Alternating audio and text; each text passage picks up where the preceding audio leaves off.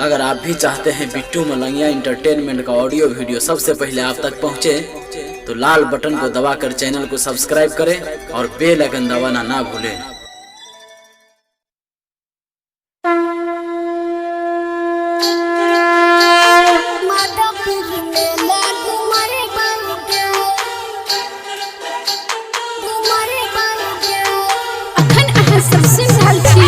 Malangia recording studio की शानदार प्रस्तुति।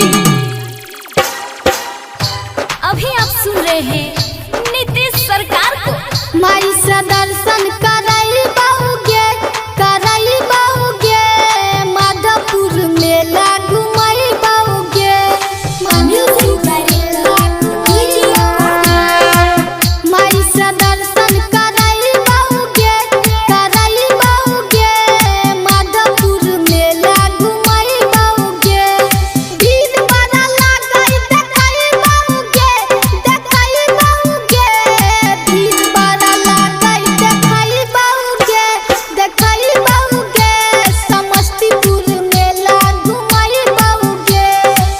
माई से दर्शन करई बाऊगे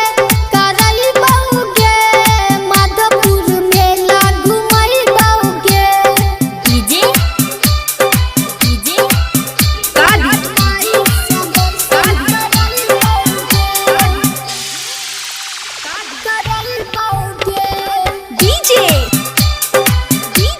अखन सब सुन रहल छी मलंगिया रिकॉर्डिंग स्टूडियो के शानदार प्रस्तुति।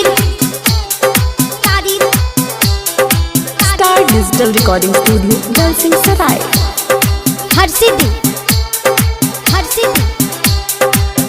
Mix by Bittu Malangia.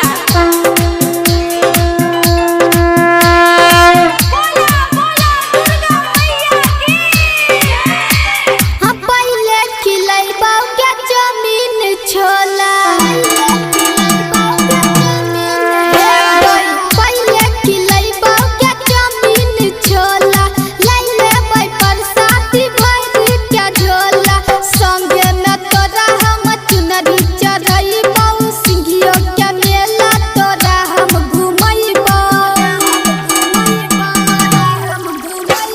संगे में आरती करई बाऊगे